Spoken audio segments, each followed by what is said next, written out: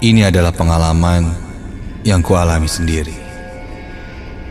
Kejadian ini terjadi tahun lalu. Aku bertemu satu penampakan makhluk halus yang mungkin tidak pernah kamu duga. Dan bisa saja kamu juga mengalami hal ini.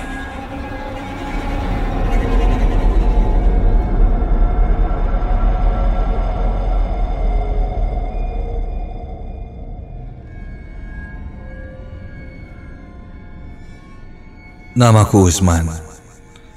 Aku masih kelas 2 SMA. Rumahku di daerah Lembang. Hari itu, aku janjian bersama teman-temanku untuk nongkrong menghabiskan malam minggu di Bandung. Selepas maghrib, aku pamit pergi pada ibu, lalu turun menuju Bandung menaiki motor.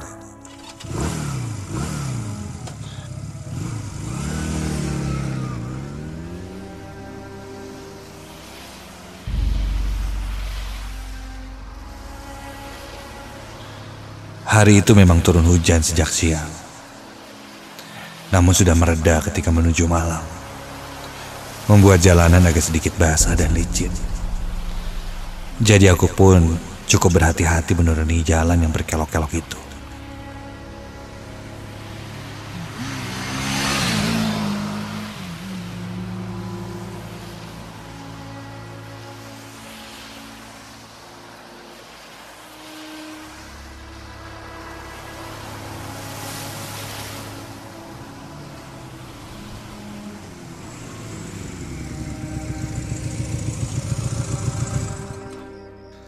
Singkat cerita, aku sampai di rumah temanku jam 8 malam dan menjemputnya, lalu pergi ke tempat kopi di mana beberapa temanku sudah berada di sana. Sampai di tempat kopi, kami pun langsung bercengkerama. Tempat kopi ini buka sampai tengah malam. Kami dan pemiliknya cukup dekat karena sering nongkrong di sana. Jadi kami pun tidak diburu-buru.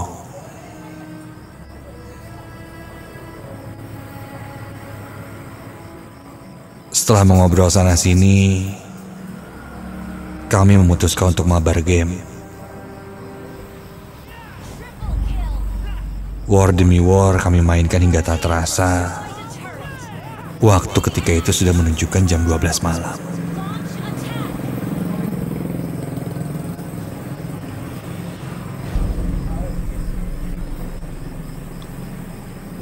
Karena sudah terlalu malam, aku pun memutuskan untuk pulang duluan. Baik duluan ya. Jauh ya rumah. Ya, duluan ya. Temanku pun berkata hati-hati karena sudah malam. Tanpa berlama-lama aku pun pulang.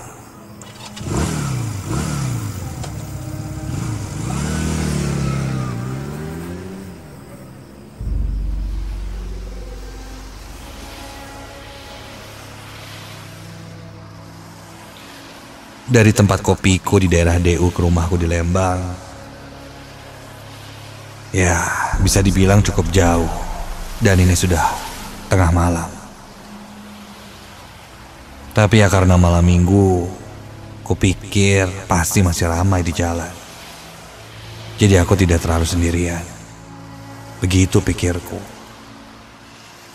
Namun dugaanku ternyata salah. Saat aku mulai menaiki jalan raya Lembang, di sana sudah sangat sepi. Tidak ada satupun kendaraan yang menemani perjalananku. Kulihat dari spion dan sekitarku, hanya ada aku sendiri. Aku mengendarai motor seperti biasa, tidak terlalu cepat dan tidak terlalu lambat. Sampai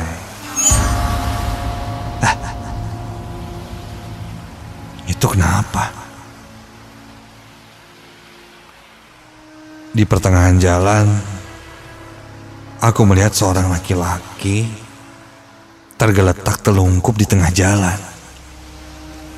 Dari perawakannya sepertinya bapak-bapak. Aduh, kayaknya ini korban tabrak lari deh. Begitu kataku dalam hati. Segera aku pun berhenti tepat di depan bapak itu.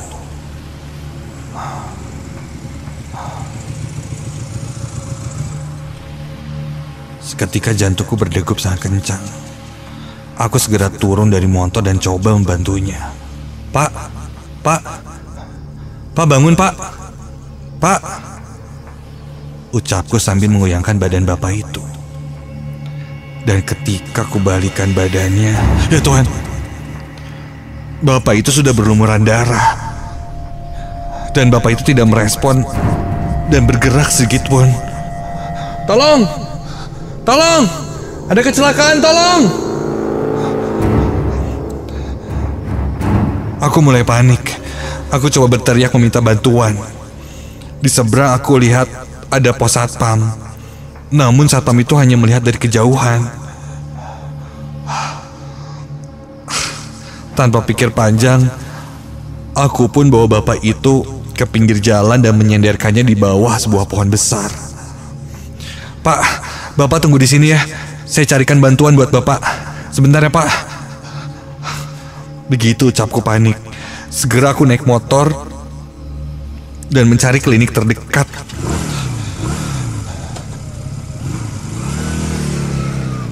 Dan kulihat tangan dan bajuku sudah berlumuran darah bapak itu. Ketika lewat pos satpam, aku pun bilang pada satpam itu, Pak, itu ada korban kecelakaan tabrak lari Pak. Saya mau cari ambulans dulu. Tolong dijagain dulu Pak ya. Begitu kataku pada satpam itu, sambil lanjut memajukan motorku dan mencari klinik terdekat. Dan untungnya tak jauh dari sana, akhirnya aku pun menemukannya. Aku langsung meminta bantuan kepada petugas yang ada di sana dan berkata, ada korban kecelakaan, seorang bapak-bapak. Pak, tolong Pak, ada korban kecelakaan. Cepat bawa ambulans ya Pak ya. Ucapku sambil tampak tergesa-gesa karena khawatir akan keadaan bapak yang kutinggalkan tadi. Tanpa berlama-lama, mobil ambulans pun siap berangkat bersama 2 orang di dalamnya. Aku menaiki motor diikuti dengan mobil ambulans di belakangku.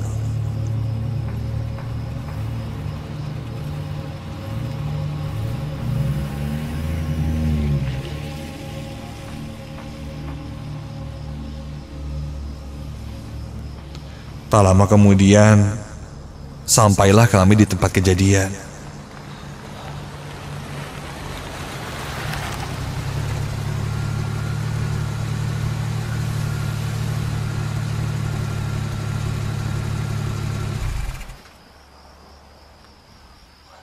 Aku segera membawa petugas menuju pohon tempat bapak itu kusandarkan.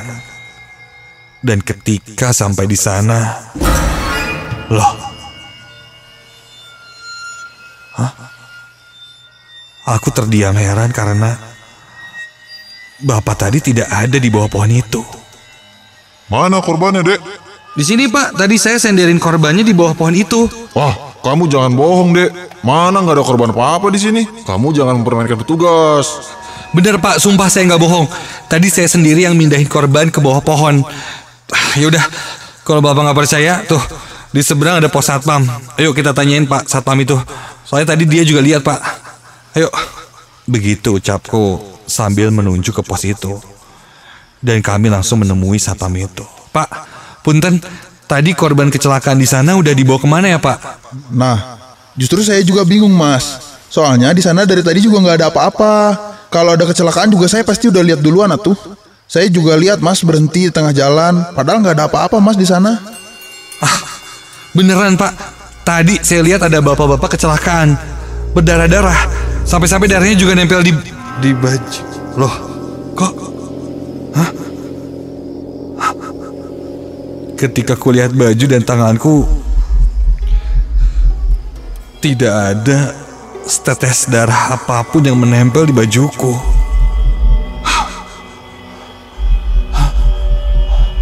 Dan tiba-tiba salah satu supir ambulans yang sejak tadi diam, lalu dia angkat bicara. Sudah. Kejadian seperti ini memang udah pernah terjadi di sini. Kita disuruh bawa ambulans, nolong korban, tapi korbannya nggak ada. Ini udah 2 kali nih di sini kejadian. Kontan, bulu kuduku berdiri mendengarnya. Berarti yang kulihat tadi. Setelah itu aku pun minta maaf dan kami pun membubarkan diri. Aku masih tidak percaya dengan yang kulihat tadi. Jantungku masih berdegup kencang dan bulu kuduku beberapa kali merinding. Tanpa berlama-lama aku pun bergegas pulang, menancap gas dengan kecepatan tinggi.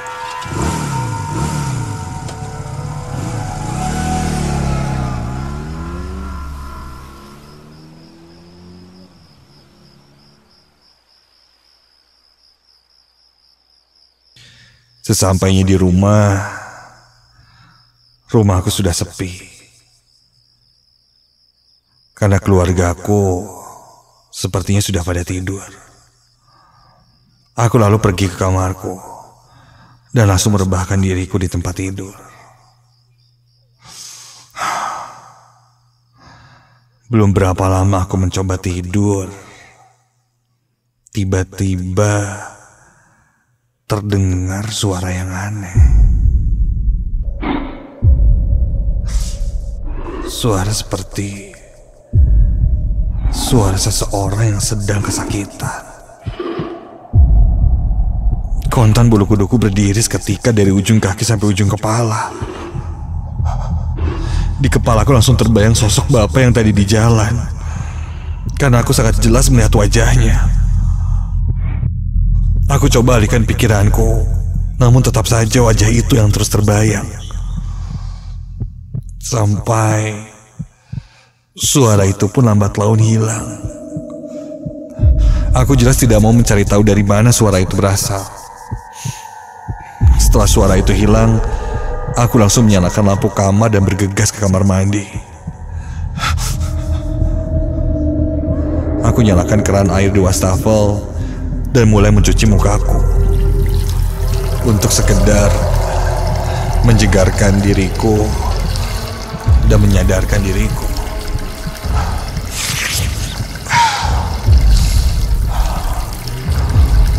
Aku coba mengatur nafasku sambil membasuh wajahku yang basah.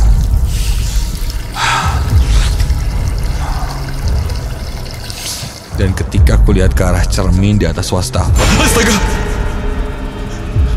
Ketika aku bercermin, yang kulihat bukanlah wajahku, tapi wajah seorang lelaki yang sudah berlumuran darah dengan setengah wajahnya yang hancur.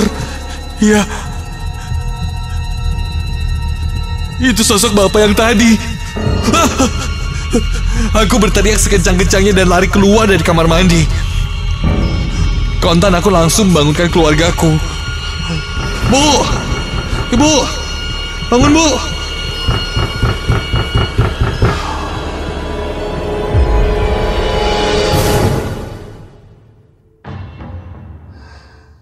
Setelah itu aku pun menceritakan pengalamanku pada ibuku. Ibu mulai membacakan doa padaku dan coba membersihkanku dari sosok yang ikut denganku. Aku ketempelan. Begitu kata ibuku. Ibu memang bisa merasakan dan melihat hal-hal seperti itu. Setelah dibacakan doa oleh ibu, aku pun mulai merasa lebih tenang. Dia bilang sosok itu sudah pergi. Sebenarnya katanya saat itu aku sedang sial saja. Gak mungkin aku melamun.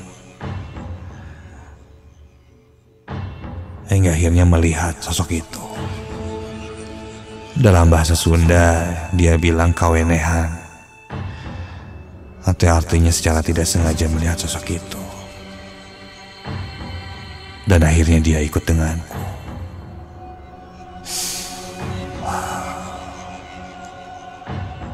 Entah siapa beliau. Yang jelas setelah itu kami pun mendoakan agar arwahnya tenang.